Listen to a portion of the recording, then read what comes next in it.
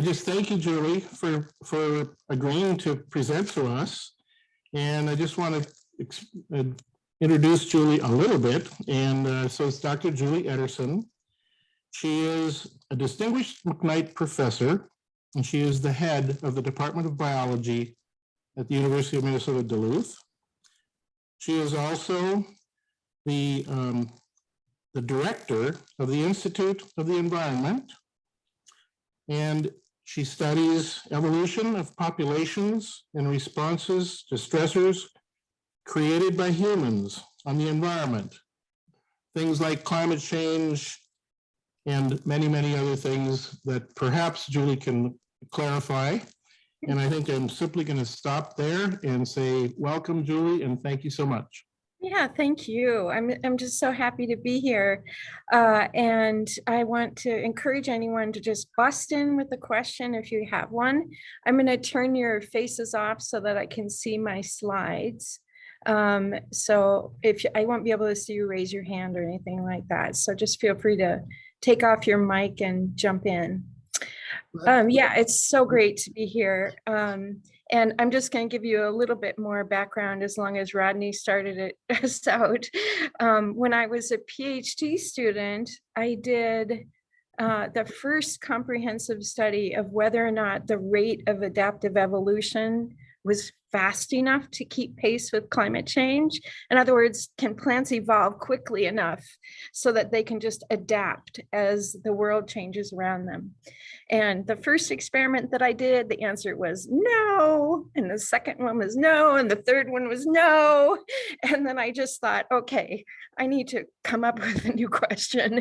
And so now, since that time, really, I've been working on the sort of flip side. What can we do now if plants can't adapt to help our forests retain their resiliency as climate changes around them? And that's what I'll be talking about tonight. And I want to make sure right from the beginning that I acknowledge that I'm talking about big projects where lots of people have been involved. But the key players are Meredith Cornett, who is the climate change director for the Nature Conservancy in our region, and David Abaz, who is the Northeast Regional Sustainable Development Partnership Director. And so both of these people have just played really key roles in everything that I am going to be talking about tonight. Wouldn't be possible without them. So I'm not going to start in Minnesota. I'm going to start at Glacial National Park, actually at 1850. We knew what the extent of the glaciers were at that time through historical photographs and notes from people who were exploring the area. And this model is showing what is happening to that area over the course of time. So just ramping through the decades. The effect of climate change is just really obvious at Glacier National Park because of the loss of the glaciers. And you notice that also, as the glaciers are warming, there's this gradual creep of organisms up the mountainsides. So species like this lupin that are well adapted to dry herbaceous areas, or a pica coated in orange, are gradually moving up the mountainside. Likewise, things that are adapted to grasslands like bear grass and elk are also moving up elevation with climate change. And the same thing is happening here. It's not quite as dramatic as it is in Glacial National Park, where you really need to really take your kids or your grandkids there now in order to see the glaciers before they're entirely gone. But so this kind of plant movement is not actually even a novel thing. When the ice sheets were here during the peak of glaciation, spruce, for example, had a much more southern distribution. And as the glacial sheets melted, the plants gradually moved further north. And so we're experiencing something like that today. Minnesota forests will continue to move. So in the recent past, you can see up here, we're like in the aspen birch forest type. But by 2700 or 2070 or 2100, we're predicted to be in oak hickory or oak pine. And so that's assuming that plants are able to move fast enough to keep pace with climate change, but things are different than in the past. There's agricultural areas that are between patches of forest. There's urban areas, of course, and our forests are just fragmented. And the rate of contemporary climate change is faster than it was during previous glacial cycles. So it's really a challenge for Minnesota forests, on top of the fact that climate change in Minnesota is really extreme. There are 7 counties in our state that already have twice the global average of climate change. And our winters are experiencing even more extreme warming, where 2/3 of the counties have more than 2 degrees C warming in December through February. So it's pretty radical, the changes that are happening here. And you can see that if any of you are gardeners, with the changes of the US hardiness zones that just tell you what are the crops or flowers or whatever you can plant in your area. And so in the 90s, northern Minnesota was solidly in zone 3. And when they were the hardiness zones were revised in 2006, you can see it's just really pushed further north. And that would be even more so more true today if there were an updated zone map. Precipitation is also changing, and it is often said that precipitation is increasing, and although that may be true, the pattern of precipitation is really different in that we are getting more heavy rainfalls in this area than we used to do in the past. And when rain comes down in a deluge, it is more likely to wash off the landscape and into our waterways rather than percolate into the soil. And you can also see this in the frequency of historic mega rains. So that's 6 inches of rain over 1,000 meters squared. In the past, these mega rains were much less common, and they're particularly have been common in the 2000s. And so you can kind of see the impact of this warming climate and drought in between these patterns of deluge along the North Shore. If you look out, this is Gooseberry Falls, you see lots of dying birch trees along the shoreline. And part of this is due to the fact that we've been managing for this secondary growth, birch and aspen, and these trees don't live long, but even the young ones are dying back. They have shallow root systems, and they're really sensitive to this midsummer drought. And when they're stressed, water stressed, they actually are more vulnerable to insects. And the culprit that is indirectly causing the death of our paper birches is this bronze birch borer that penetrates into the protective bark and then allows other insects and fungi and pests to enter into the plant. But more broadly, climate change is negatively affecting boreal systems. So we're in a mixed boreal system, and there's evidence of decreased productivity, decreased biodiversity, increased tree mortality, increased insect vulnerability. And these effects are serious And they're, like it's affecting all of our seasons. And so in this graph, spring, summer, fall, winter, the green line shows the historical length of the growing season. And then the pink expansion of that line shows where it is now. So our growing seasons are getting longer. And the period where there's low precipitation, low creek flow, is also extending along with the warming temperatures. So whereas it used to be that there always was this period of low summer creek flow or river flow, it is now extending into more months. There's also a shorter period of snow accumulation, and it melts earlier, resulting in high spring flows.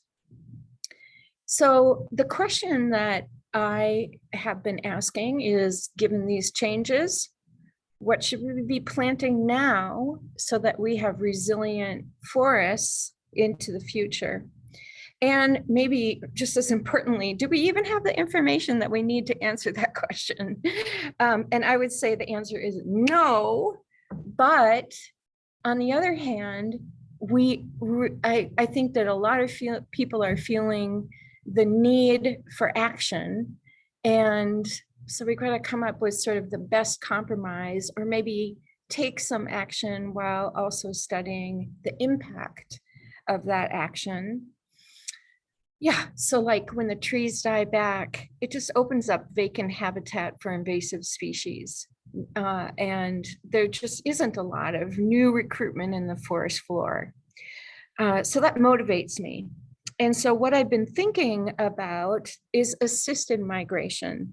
So we saw this pattern of natural movement up the elevational gradient in Glacier National Park. Maybe we should be assisting the movement of trees across the landscape so that we have climate resilient trees growing in our forests. And so there's a lot of different flavors of assisted migration. One of them is assisted species migration. And so that's when you actually take a species and move it outside of its range into a new area. And this has caused alarm bells to go off among people and scientists. And that's because when you move species around, we know that they can often become invasive. And so, large scale movement of organisms is not a good idea. It's risky, but there are intermediate kind of solutions. There is assisted range expansion, where the trees are just moved outside of their range to gradually encourage range expansion in a northerly direction in our case. Or there's something even more conservative, which is assisted population migration, where you're just moving trees from the more southern part of the species range into the more northern part of the species range, but not beyond its normal range expansion. So for about the last 10 years, I have been testing the value of assisted population migration in Minnesota, along with my collaborators at the Nature Conservancy and lots of graduate student work. And that's what I'm going to talk about first. And so we had to make a plan about, how far to move plant material. And so we just started out with a climate map. And, in recent decades, climate has shifted about 240 kilometers to the northeast. And if you overlay a vegetation map on that, you see that rather than the mixed boreal forest that's here in dark green, we're sampling more from this band of deciduous forest for our species. We also use climate vegetation models that formally look at this relationship. And so what those models are saying is that boreal species are declining temperate species are increasing. And so in the end, we decided to work on white pine, bur oak, and red oak. Red maple is actually already getting here just fine. It's really abundant, like up in the boundary waters after fire. It's coming up in big monocultures. And basswood seeds were just hard to find. So these are the species that we ended up working on. And we paid attention to state policy. The Minnesota Department of Natural Resources has our state divided up into these 6 seed zones. And so the idea is if you want to do a planting in zone 105, then you need to take seeds from zone 105 and put them back in there.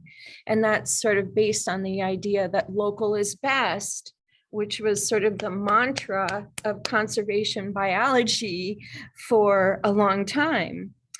But what we were suggesting is that rather than sampling within zones, we should be sampling across zones. So maybe climate has changed so much that plants that were sampled from zone 105 actually do better in zone 104, even zone 102, given the amount of climate change that's happened. And so we did that. We planted 110,000 trees into 2,000 acres that have been logged in 2012. And a smaller number of those trees were in a formal experimental design so that students can go back out there and continue to study who's alive, who's dead, how are they growing. And we've been doing that since 2013, all the way up until this year.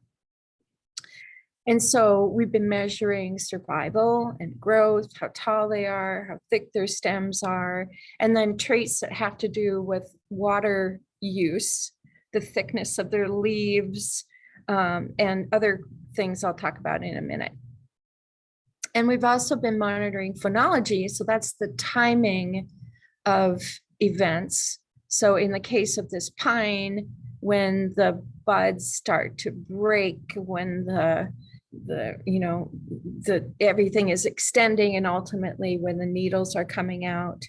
And in the case of an oak, again, bud burst, baby leaves, full-size leaves, and then again in the fall as the leaves change, and eventually all fall off. So, I mean, we went out to these sites every week and looked at how these changes were occurring over the course of time. And then we also looked at the growth environment, what was the vegetation in the site, what was the soil like, what was the light environment like. And so we included all of that information in our models, and I'm going to show you the results of those in a minute. Basically, the question is, do seeds from zone 105 grow as well or better than the local ones in zone 104? In other words, does a system migration work? And so first I'm going to show you survival. And in all of these slides, bur oak data is shown in green and red oak data is shown in red. And this is percent survival. So you can see actually percent survival is really high. So these deciduous trees that are more typical of southern forest types already are surviving really well in northern Minnesota. And moreover than that, the southern ecotype, the one from zone 105, had higher survival than the northern one, although that was only significant in red oak. The pattern is the same though. And the plants also differed in phenology. So, and I'm just going to show you one piece of data. I mean, we went out there and we looked at what date did the bud burst, et cetera, et cetera, et cetera, all the way to the last leaf fell off.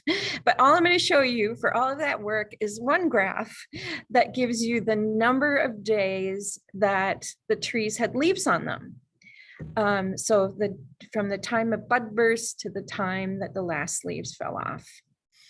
And what is clearly evident is that southern populations are adapted to a longer growing season.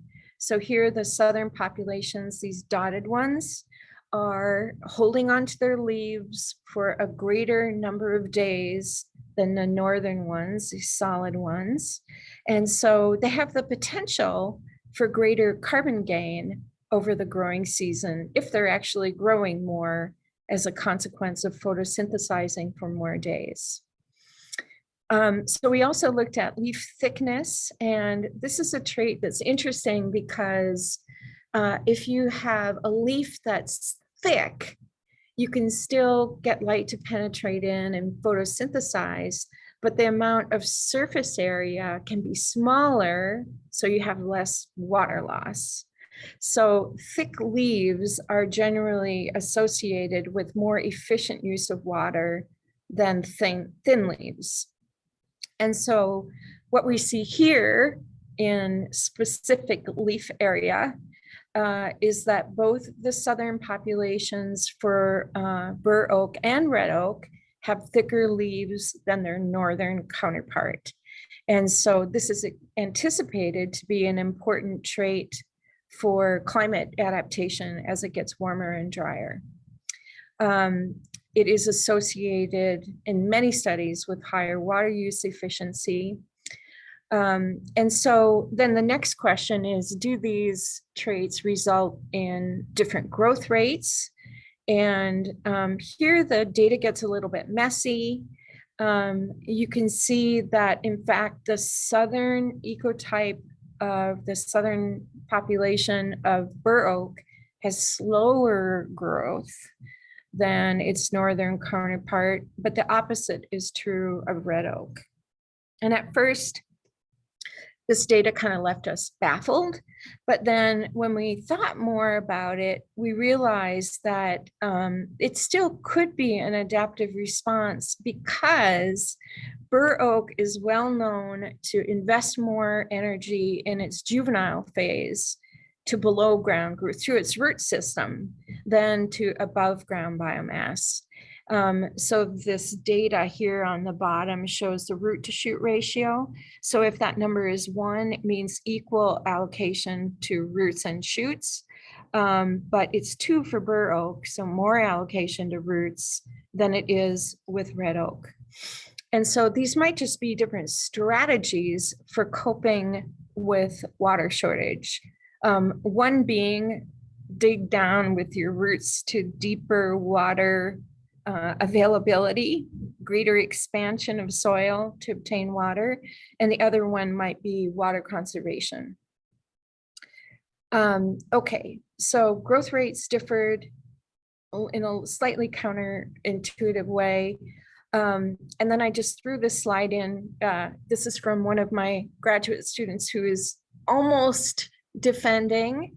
But one of the things that she found in 2021, was that the southern populations of both species had more pests on them, and that was evident as galls. So this is one of the things that sort of like, maybe they survive, maybe they grow better, but maybe you're bringing them into a biotic community where they don't have appropriate defenses. So just an interesting counterpoint. But this graduate student who is just now finishing, and I'm going to show you some of her kind of preliminary results, it is really related to the role of trees in the natural water cycle. So they have important roles. They're like a big straw. Water evaporates actually from the surface of the leaves, and that just pulls water up the whole conduit of pipes that goes through the trunks and then draws water into the soil, or from the soil into the roots. Those roots promote infiltration into the soil and water movement into groundwater. It recharges atmospheric moisture, and this is not a small effect. 60 to 70% of water outputs are through trees in a forested ecosystem. And they cool the air, they reduce runoff, and they moderate stream flow. And so my student Erin asked the question, well, you know, how important is it whether or not you have, for example, a southern population or a northern population growing on the landscape? In other words, do the trees differ? And what she was looking at was the rate at which they are pumping water into the atmosphere, or evapotranspiration. And so this is totally cool experiment. She measured stream flow, and then she built these like 9-foot tall contraptions that she took out into the woods and put over the trees, and then measured the rate of buildup of humidity, basically, from the tree pumping water from its roots into the atmosphere. And so, and we can put this into a mass balance hydrologic model where we can look at how much water is going into the system through precipitation. She had a weather station out there, how much water is going out of the system through the stream and also out through the trees. And then taking into account a lot of other things. How many leaves the trees has, how thick the leaves are, what's the soil moisture, light intensity, et cetera, et cetera, et cetera. We can figure out whether or not these trees differ. And so she covered up the soil with plastic and then put the chambers on with a bunch of sensors in them and fans, and then looked at the accumulation, the rate of accumulation of humidity in the chamber. So does evapotranspiration differ? And so I should also mention that Erin is co-advised by Sally Diamond in Earth and Environmental Science. And so she played an important role in getting this data. And so again, bur oak is green, red oak is red, and the dotted is the southern population. And for bur oak, the southern population is pumping more water out of its plant body in July and in August and in September. So consistently, the southern population is moving more water through the landscape. The species also differed, however, in that the more southern population of red oak was more conservative with water. It was emitting less water and significantly less water in July, August, and September. And this may trace back to this difference that we saw between these two species in how they allocate their growth, whether to above and below ground structures, and have fundamentally different water strategies. But we found exactly the same pattern in 2 years that were very different. So we think that these are actually real differences. So the last thing that we need to do, which we haven't done yet, is run that model and figure out, like, hypothetically, if we had all light green trees on the landscape, how would that affect stream flow given the amount of evapotranspiration that's happening? Or if we had all the dark green kinds, how would that change stream flow? So trying to get at this question of whether or not assisted migration has downstream, effects on stream flow. But you have to stay tuned for that result because we're not quite done with the work. Okay, so I hope that I have convinced you that the source location of trees used for restoration matters. It can affect survival of the trees. It affects the, who is able to take the greatest advantage of the length of the growing season due to their phenology or timing of events. It influences their water use, and because it influences growth rates, it also influences carbon gain.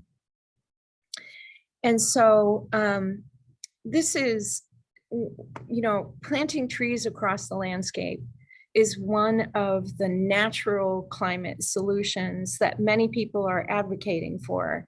If you plant a tree, it sequesters carbon in its body, and it could have a significant impact in the amount of reaching our carbon reduction goals. And so I've been thinking about this a lot with the Nature Conservancy. They put out this beautiful map where every little dark green dot is a place in Minnesota where we can reforest to increase carbon sequestration in our state and make a dent in reducing CO2 in the environment. And there's the orange line is the Midwest broadleaf forest that has been highly fragmented. And so there's a lot of opportunity to do restoration there, but also a lot of areas in our region too. But when we sort of figured out, well, okay, there's opportunity to plant in all of these areas, we came to the realization that that may be true, but there are simply not enough tree seedlings available to do the work, even if we wanted to. So even if we had the will, we don't have the way. And so we decided to tackle that question, that issue next. And that's where David Abaz comes in. We're trying to figure out how we can feed the restoration pipeline with climate smart trees. And so his idea was to get Northeast farmers to start growing them. And so working with him, we developed this idea where farmers can grow tree seedlings basically as a crop, and then they can sell them to restoration entities, nonprofits like the Nature Conservancy or county foresters, state foresters, etc. Then we are creating the opportunity to do assisted migration, but also creating the opportunity to study it while we're doing it, just like the 10-year-old study that I talked about previously. And so this has been a really cool program, and I just want to play a little video of one of the farmers talking about her participation in this program. Hopefully the video will work, otherwise you just have to trust me. They're into it. I come along. Okay, can you see my video?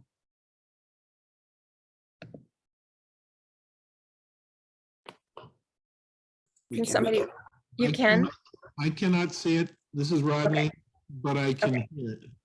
Okay, give me 1 sec and I will fix that.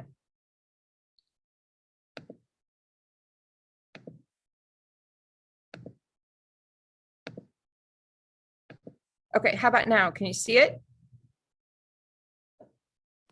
Yes, it shows up.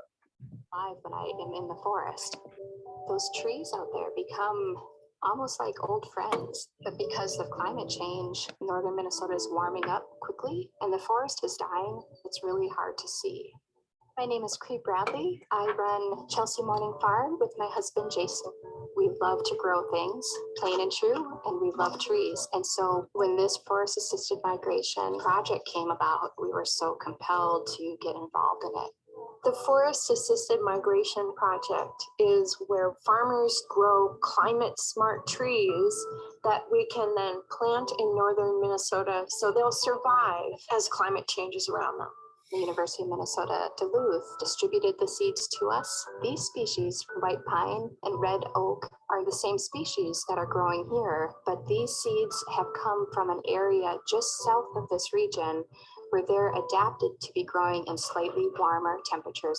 Trees do an amazing job at sequestering and absorbing carbon, and so it seems very much logical that we would look to nature as part of a solution towards climate change. As part of the project, the Nature Conservancy and other partners will buy 40,000 trees and use them in their restoration efforts. We are small growers, and it takes a lot of capacity to take on an enterprise like this. It is a financial risk, and to know we have an end outlet for the trees, that's really exciting. It's such a huge problem. We face climate change, and we need big solutions. There's no question about that. I think if we can all step up our role and do more, we will make a difference, but it's going to take everyone. My hope for these trees is that some of them survive and become really big relics someday, long into the future, long after we're gone.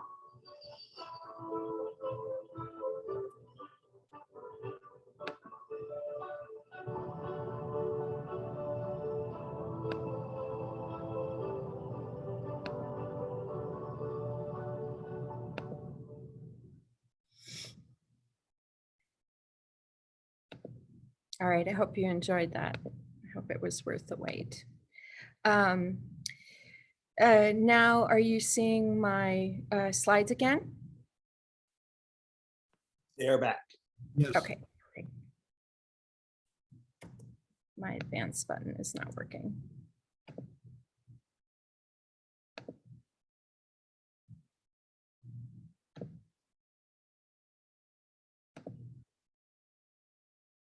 Sorry about that.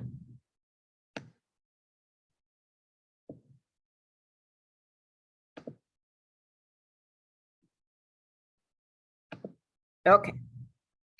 So we collected 5 species in our pilot project from 42 populations in southern Minnesota, cleaned and tested germination in the lab, and then distributed them to 15 farmers. Next year we have 17 farmers, and just somebody contacted me today about joining the project.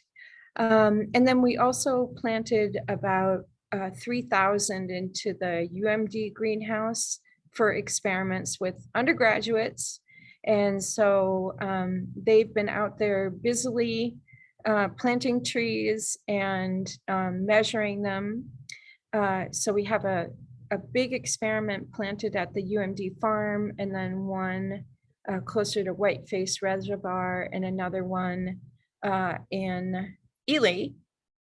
And so the students have been, they planted them in the fall, and I have another video, but I'm concerned about the amount of fuss that there is in showing it. If you want to see it, I'll show it in the end. It's students talking about the value of working on a project like this. And again, there's just a lot of enthusiasm and knowledge and, you know, deep caring about this kind of work. All right, so anyway, the big goal of Minnesota Million is to scale up the production of seedlings that can be planted across the landscape with the idea of drawing down carbon. And so Meredith Cornett is a real driver here, and she got a grant from the Wildlife Conservation Society to get this work going. It's a planting grant, and it's like, we have it right now. So we're working on this right now. But our ultimate goal is to reforest 1 million acres of Minnesota forests. So that's where Minnesota Million comes from. We're really targeting that deciduous forest that is so degraded, 80% gone. In order to achieve our goal, we are talking about planting 56,000 acres a year for 18 years. So this really big project. But if we can do it, we can draw down 1.5 million tons of CO2 annually. And that's equivalent to 324 car emissions. And so we're working on growing more seeds through the farmers, and now expanding out beyond the farmers, or farmers in more parts of the state, coming up with a set of climate adapted trees that are best for the future, depending upon where you are in the state, and really focusing on native species. We need to figure out a way to mass collect the tree seedlings in the wild, and that's including from populations that are more southern, going into Iowa in the case of sites that need to be restored in southern Minnesota.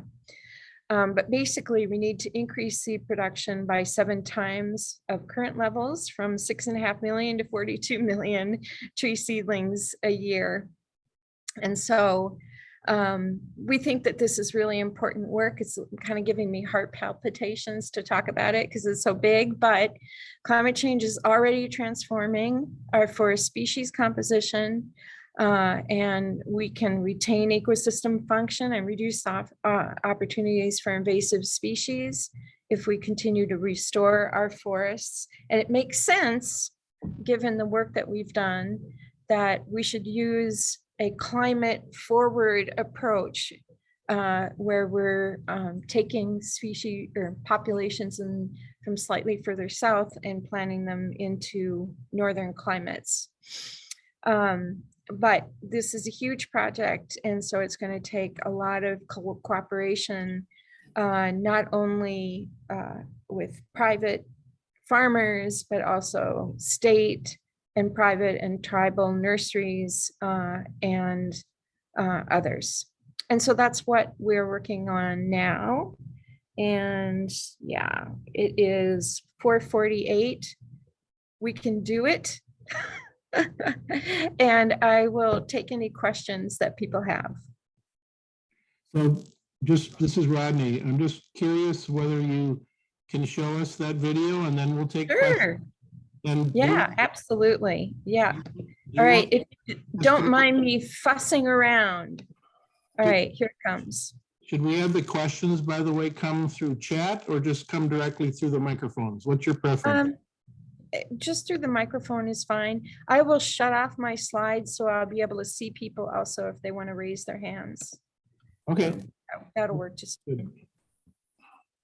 Okay, now I need to stop and reshare so that you can see my. All right, can you see a video? Yes. Okay, thank you. Oh, no sound.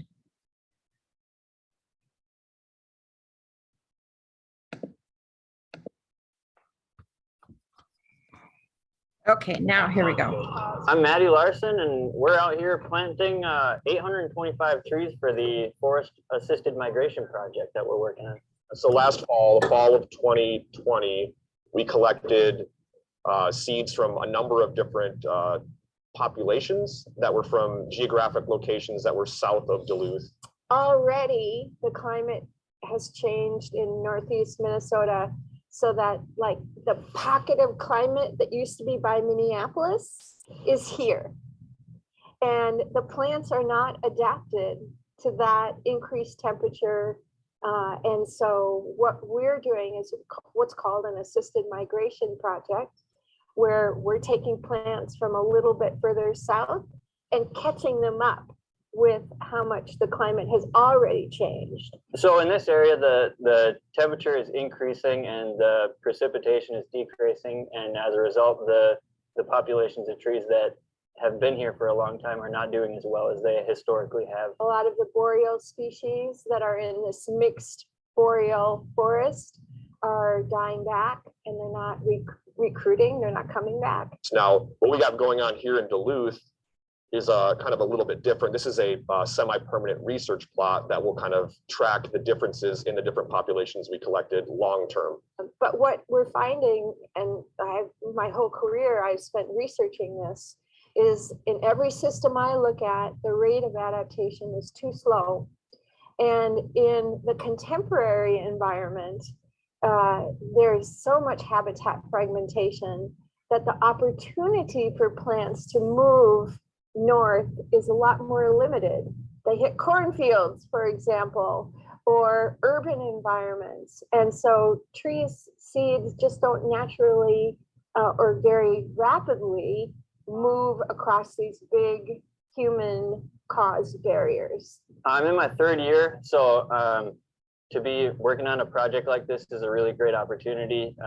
A lot of undergraduates don't get to work on projects this large or get to design an experiment of this magnitude. It's really a great opportunity to get students out into the field like this, to teach them a little bit about the underlying ideas behind this experiment, and then to get them to actually take action. And you can see that they're very enthusiastically out there planting the trees in this experiment.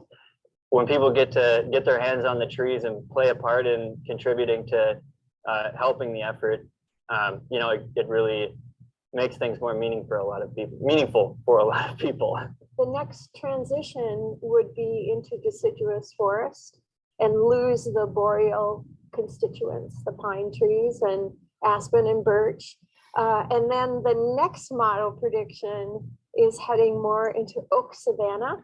So more dry loving species of oak like bur oak and grasslands, and then ultimately grasslands. You know, every year is hotter than the previous year on average. So I just think that the evidence is undeniable. And yeah, so this is kind of a mitigation strategy to offset the potential negative effects of climate change. What we're hoping is that by remediating the negative effects of climate change, we'll be able to retain our forests for as long as possible into the future. Being a part of this project has really made me more aware of how important it is to make an effort to minimize the effects of these problems. I think it raises awareness and appreciation for the reality that is. You know, there's in this world of disinformation and confusion, I think it's nice to kind of have your beliefs grounded in actual evidence and reality. And I think that giving this hands-on experience with these students allows them to kind of see how real things are. We're just trying to keep our forests on pace with climate change so that we don't have a radical disruption because the climate has changed too fast.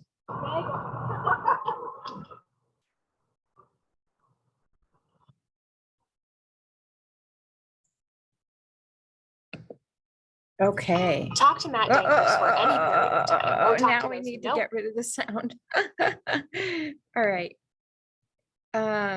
I am back and I'm happy to take any questions.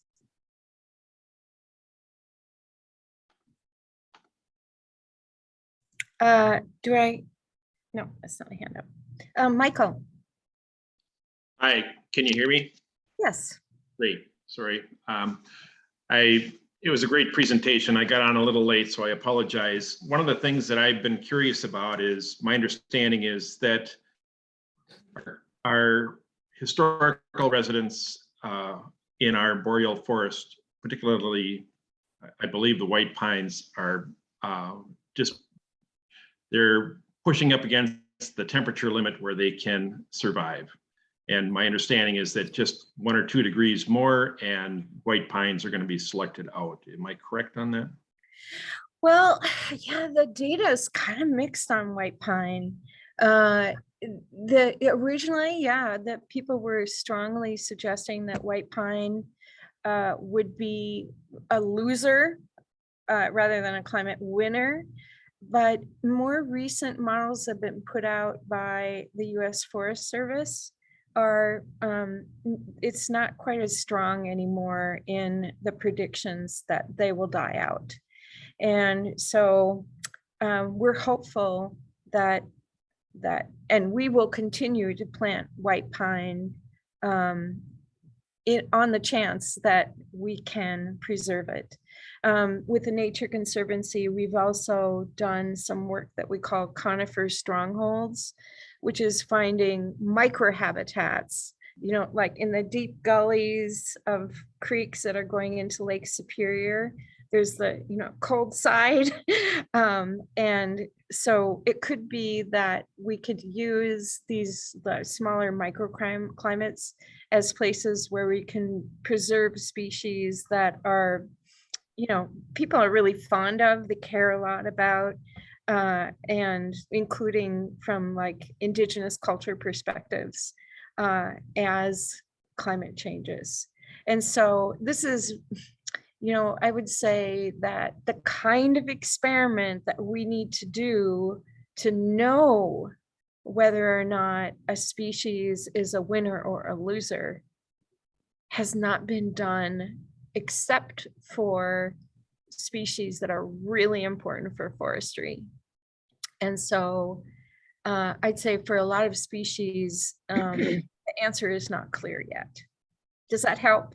It does, and it gives me hope because I've spent a lot of time capping a lot of little ones. And I realize there is other hands up here, but I was just curious, do you think bud capping and do you think that doing any other remedial action to protect the little ones is going to help make a difference in keeping them present in our population? It makes I can just say unequivocally, anything that you can do to prevent deer damage is helpful for sure.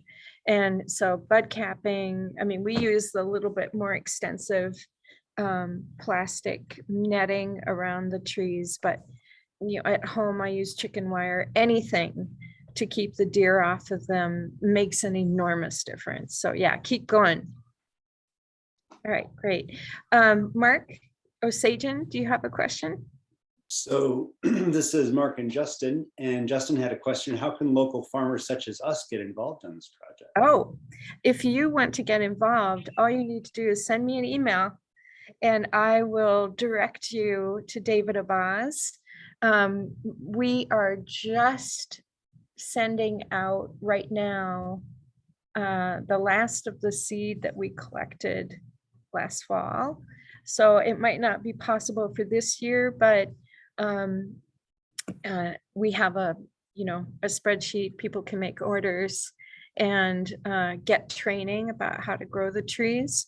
And so just drop me a note and I'll get you hooked up. Be great to have you on board. Thanks, Justin. Corliss? Yeah, thanks, Julie.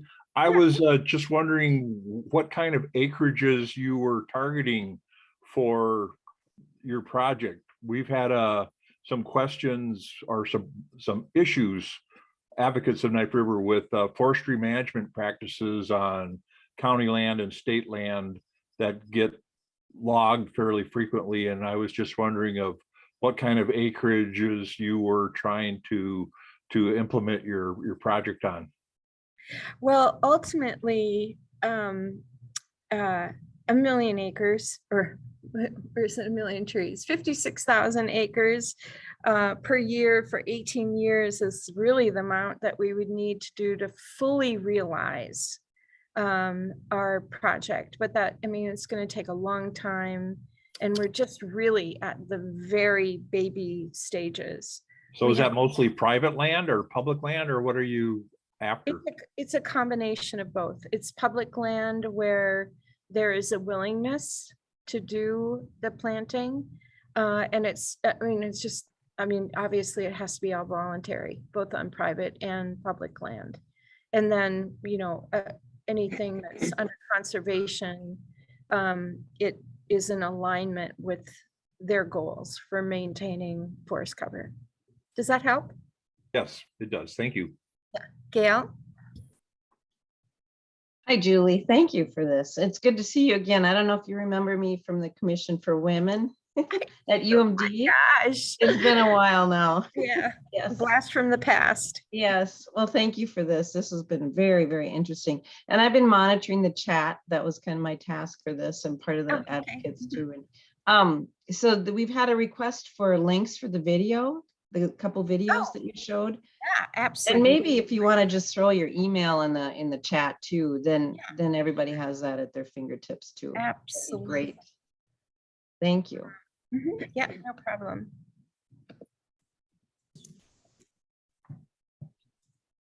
Hi, Julie. This is Julie Johnson.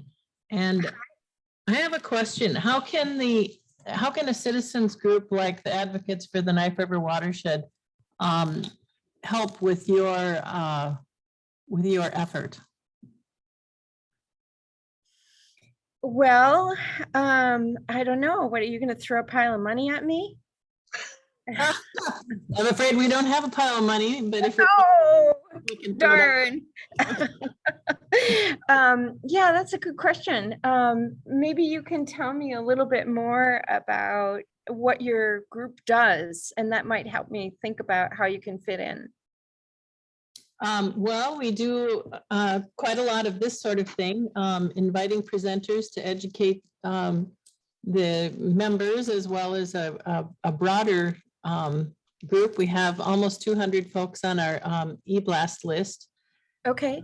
And so about once a month, well, pre-COVID, once a month, we were having presenters, usually in person, but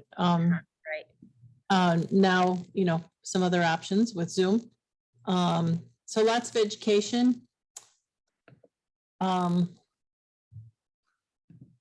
Yeah, education and cooperation with with groups that are involved in working in the watershed. So, for instance, the Soil and Water Conservation District, and just literally cooperating with people that have interest in forests and invasive species and the kinds of work that you're presenting today.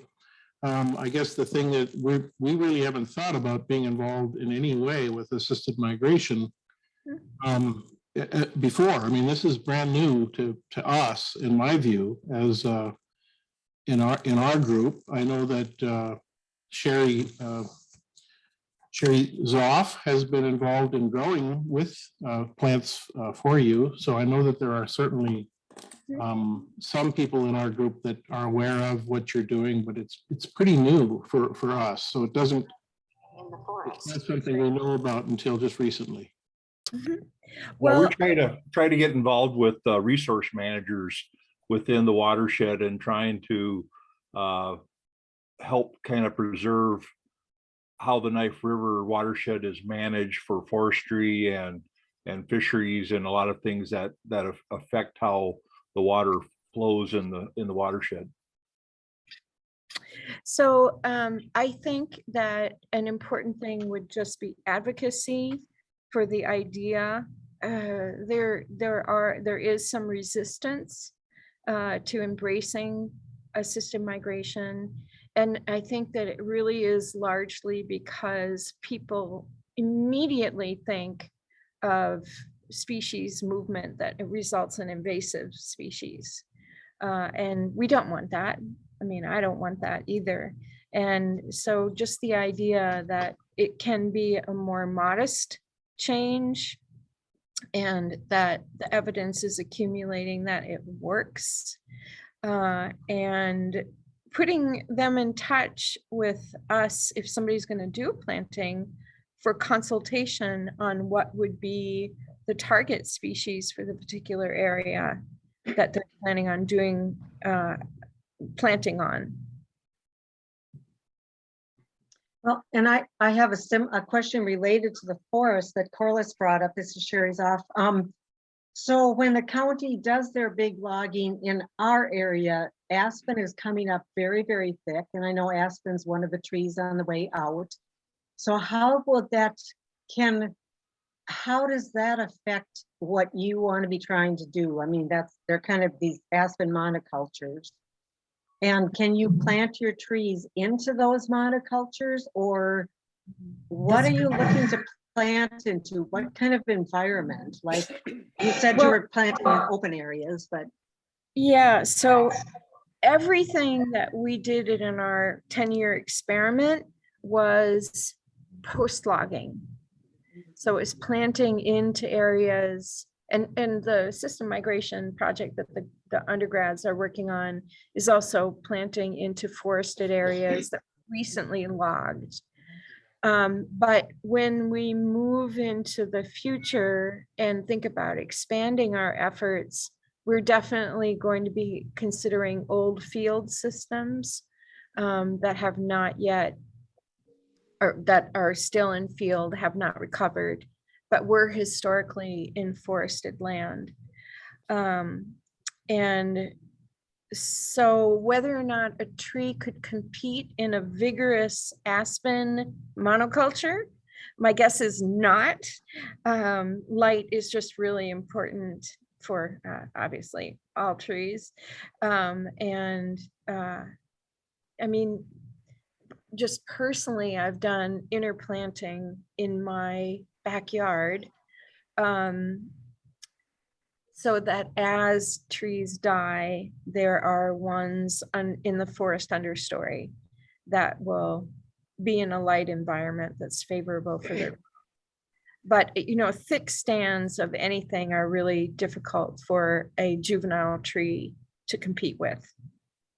Okay, and then if I could ask a second question, so with the budworm, with the dead balsam removal that's going on for fire, I know there's a fire safety issue, but like on some of the land I have, I thought these are providing some shade. They're going to die. They're coming down, but in the meantime, they're providing shade to plant under. So some of the trees that I'm growing, I'm thinking, wouldn't it be nice to plant under the dead balsam and see if that helped? I mean, what do you think? I think it's a great idea. I mean, that's what I'm doing in my yard, is planting under the boreal species that are on their way out, and they are dying bit by bit. And I've got oaks and I have all kinds of things growing in my own yard in anticipation of climate change. Okay, thanks. Yeah. Michael F. Hey, hello. Another question, sort of like the last one. We have a lot of black ash swamp, and everybody knows what the story on that is. And we're looking at replanting as we can, or pre-planting before it's all gone. And that's a real issue with even to the trees south of us, because there isn't a lot of anything that we can bring in, maybe except for resistant elm or willow, or maybe I planted a few white swamp oak, which are doing okay, but again, nothing native.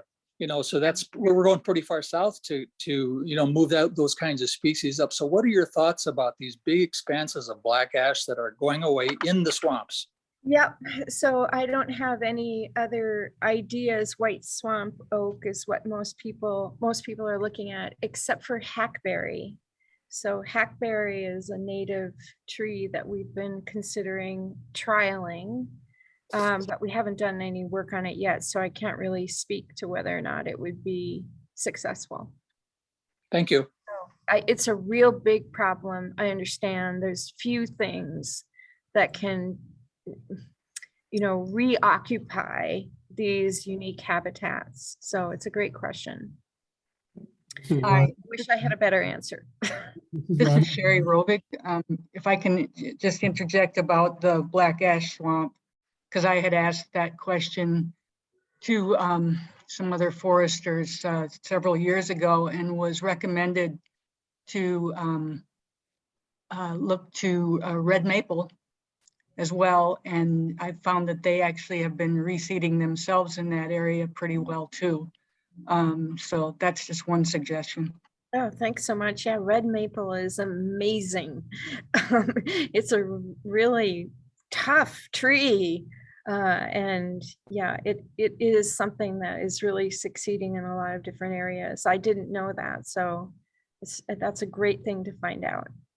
This is Rodney Johnson, and I had heard the very same thing, that red maple was a good potential substitute, partly because when you start moving species north that aren't normally here, you don't bring with them all the different associated organisms that need or use that particular species.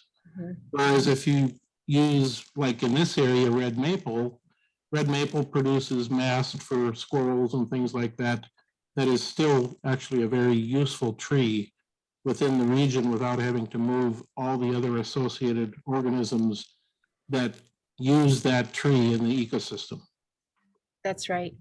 That is absolutely true. And yeah, it's such a difficult problem, and it goes both ways. You can have mutualists that don't come along. And my brand new graduate student, she just started in January, is studying exactly that. She's looking at whether or not there is enough like specialization between the rhizobium, the fungi in the ground that associate with plant roots and contribute to nutrient and water uptake, if we should be moving them too with assisted migration. So that's like her big project. And one previous study in another part of the United States have shown that that actually can help assisted migration. But then it goes the other direction too. You're moving organisms into an environment where they may be more susceptible to local diseases that they have not co-evolved with and they're susceptible to. So yes, I mean, people in the literature, they're crazy. They talk about assisted ecosystem migration, which, you know, okay, yeah, right, that would be great, but it's totally impractical. It's just gum flapping. Jamie, you've had your hand up for a long time.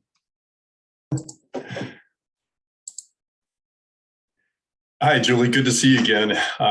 Yeah, I work for DNR Fish and Wildlife. For those who don't know, I work on conservation easements along our streams mostly.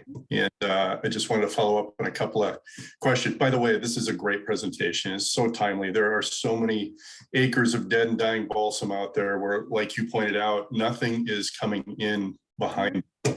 And we actually have to go in and give them a hand, plant trees that we feel are going to weather climate change. And to back up a little bit, Michael Overend asked a question about white pine and whether it's a good one to plant. And you know, I've been working with NIAX, the Northern Institute for Applied Climate Science, over in the UP, Stephen Handler. And they're modeling that they're doing to determine what species us resource managers should be planting along the North Shore. And, you know, Michael, the general rule of thumb is, you know, a species on the southern edge of its range, like balsam fir, paper birch, they're going to retreat northward. We probably won't see them here in another 100 years or so, 150 years. Whereas species that are on the northern edge of their range are going to advance northward. For example, black cherry, which isn't on the North Shore, could be one of those species that are going to advance northward, and we might want to consider planting something like that. So we see white pine as far south as the Wisconsin Dells. So we're kind of right in the middle of their range, and you know, at least in the near term, you know, there's not much risk of seeing white pine disappear, at least from a temperature and from a temperature perspective. You know, there could be other factors like, you know, the extended drought periods that we're experiencing. You know, we might see some new pest species come in. Who knows? You know, what some of the other consequences of our inaction are going to be going down the road. And then Sherry Zoff talked about aspen and them coming back in a dense monoculture. That's just the nature of aspen. And yes, we still need to be planting, you know, the climate resilient species in those areas currently dominated by aspen. And one thing that we can do is we go in and plant, and you know, we do this along our trout streams quite often just to maintain some shade. We'll go in and plant, and we'll have to go in and mechanically release, you know, go in with some brush trimmers and just give these seedlings that we protected in there, these white pine, white spruce, northern white cedar seedlings, a little breathing room. And it has to be done fairly systematically. You can't plant it and, you know, walk away and hope for the best anymore. It's there's too many factors involved in us to be that complacent. So we have to actually go in and be more in tune with what the needs of these seedlings are, and mechanical release is one of them. So I just wanted to follow up on those two great questions. And finally, I just wanted to say, God, David Abaz, what a great idea, connecting his growers in the networks in northern and in central Minnesota with planting these trees and collecting the seeds. Yeah. You know, I see that as a win-win. I served on I served on the partnership board for 8 years in between David's stints, and could see the great things that partnership does. And wow, as a resource manager, I've been running up against seedling shortages. You know, we're as an agency, we're kind of you know, locked into our operational orders. And one of them, Julie pointed out, is we need to collect seed from local seed sources and then in turn plant them locally. And it's really good to see your research say that might not be the best strategy. We might be, it might be important for us to look a little further south.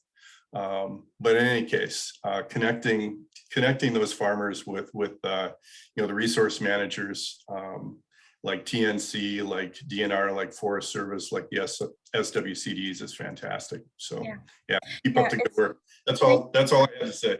Yeah, it's been so gratifying to work with those people, all kinds of people. I mean, I'm an egghead academic. You know, my expertise is in plant evolutionary genetics. I rely on other people and their ideas for all those practical things about how to plant a tree and where to, you know, I mean, how to prepare the land and et cetera. And then of course, people with like David that are connected up with other kinds of networks that we can plug into to make this a reality. So it's definitely a pleasure to have, you know, people like that to collaborate with.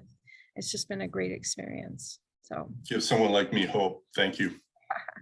Yeah. Oh, and I wanted to say another thing is that so since the paper that first reported 10 years of data from that experiment came out, we have been working with DNR to revise their seed zone strategy.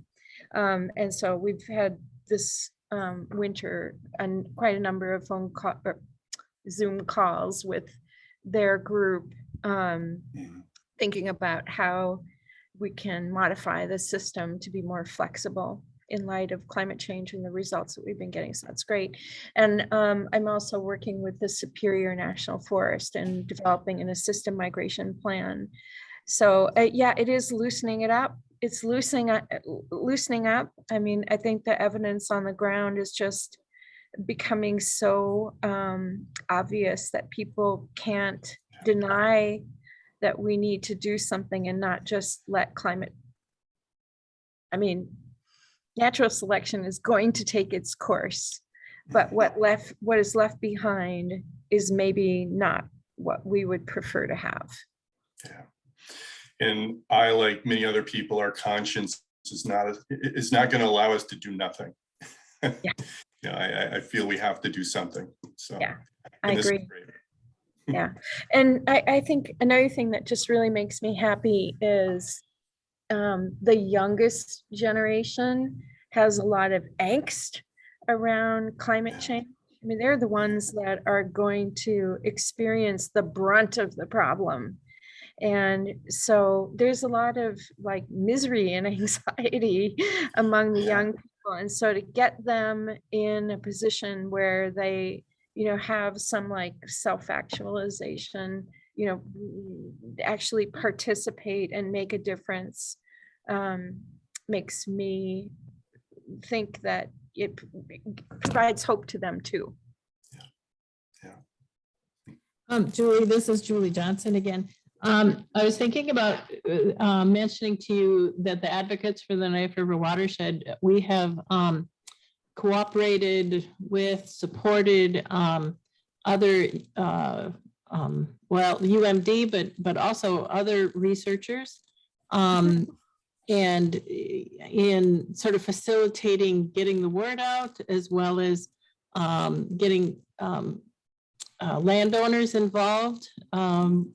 And so I was thinking about, you mentioned old farm fields, that if there was planting of farm fields, that might be an area where we could reach out to the citizens of our watershed and interested watershed folks. Yeah, so I was thinking that we could help in that area potentially. And I was thinking also it would be really fun to have you come back and talk with our group again in, a couple of years or something. So, yeah. So thank you very much. This has been Just great. catch me before I retire. Okay. Hopefully someone will replace you. That's really great too. So are you still feeling up to taking more questions, and are there more questions from the field or from the out in the group? This is Sherry Zoff again. I have a question, and I hope Jamie's still on too, because he might be able to, he's the one that first threw this out. What about big tooth aspen instead of the aspen we have, the big tooth aspen? Yeah, good question. That's one that's kind of in the middle of its range. It's one that we currently see along the North Shore, but we see it quite a ways further south as well. It grows. Unfortunately, it doesn't grow really well in clay soil. It grows really well in very rich organic soil. So we generally see it on ridge tops, on slopes where it's well drained, and there's a good amount of leaf litter that's decomposed. So really rich organic soils.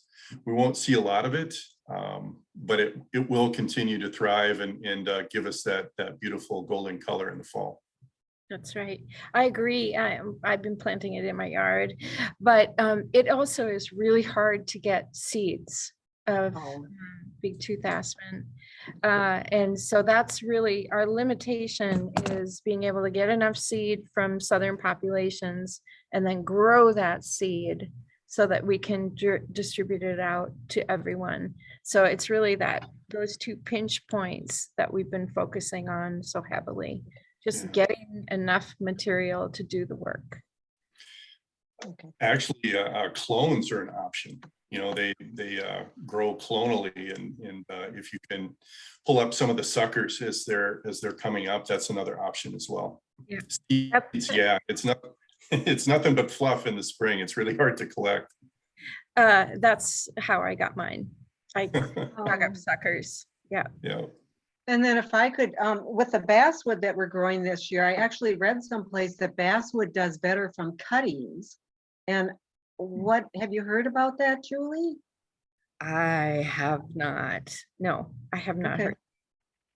Okay. So, but it's something that I can check into. I just don't know off the top of my head.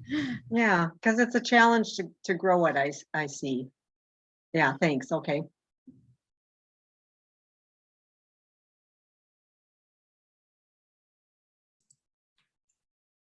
Well, this is Rodney.